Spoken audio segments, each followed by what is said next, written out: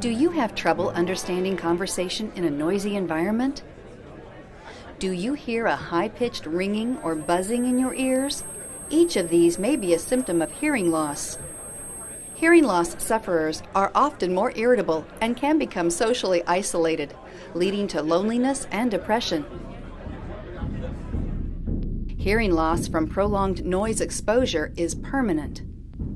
Over time, noise kills off sensitive hair cells in your inner ear that transmit sound to the brain. One of the goals of hearing testing is to catch hearing loss early and take action to stop the loss before it becomes permanent.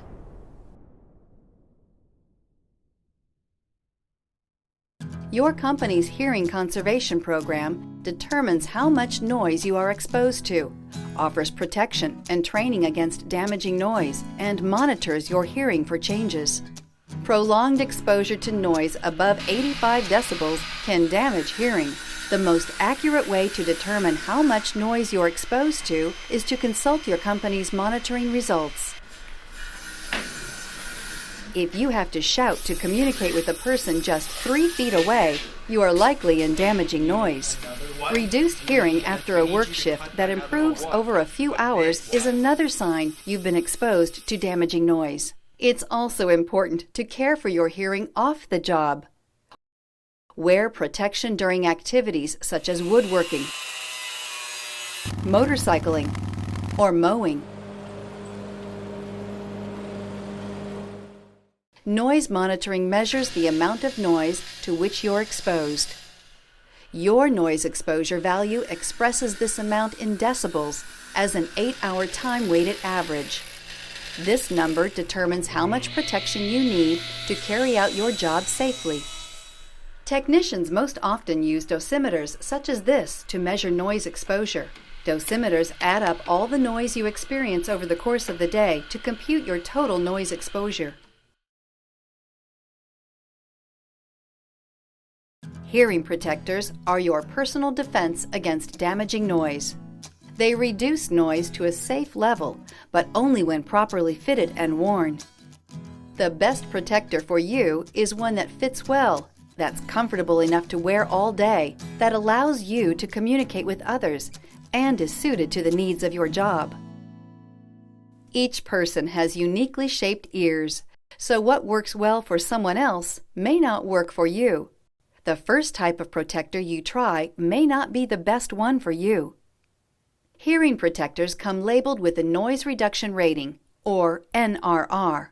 This value is the amount the protection would reduce noise if it fit perfectly and was inserted expertly. In the real world, the amount of reduction is often much lower. The ideal protector will reduce noise to between 70 and 80 decibels. Reduction below 70 decibels may interfere with spoken communication or warning sounds.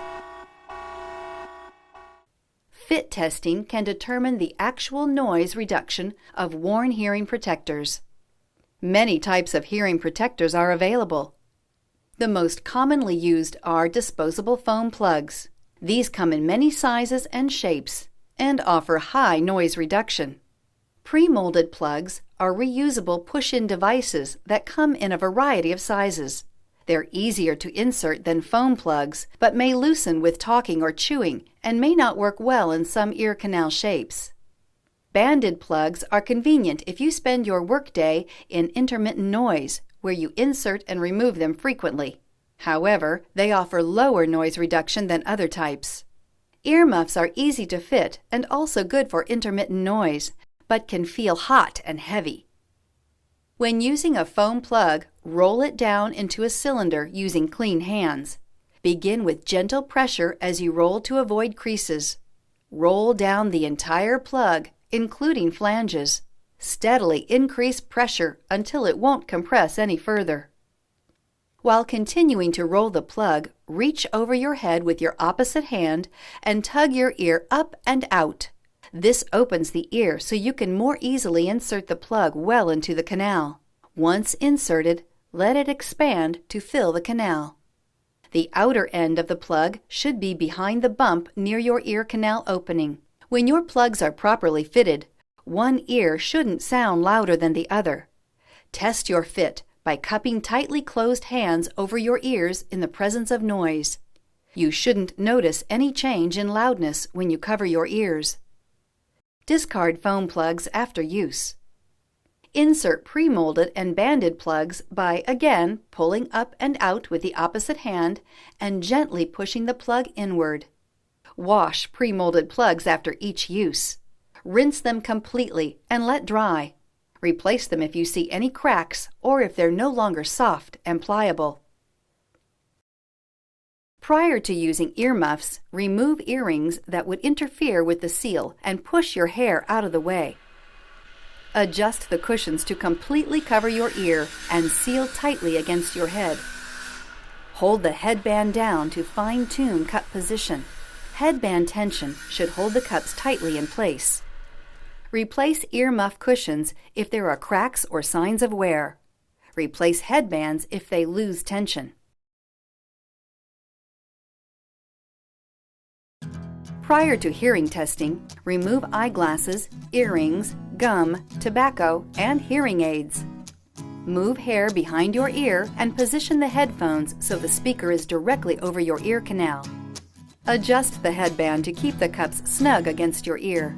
Testing identifies the softest sound you can hear by presenting sets of tones that get gradually softer. Every time you hear the first tone in a set of beeps, quickly press and release the hand switch. If you are testing with a group, when your test is done, wait quietly until all others' tests are complete. Wearing your hearing protectors whenever you're in noise is critical to maintaining your hearing health. Even as little as a few minutes without protectors can dramatically increase your dose of damaging noise. Thank you, and have a healthy hearing day.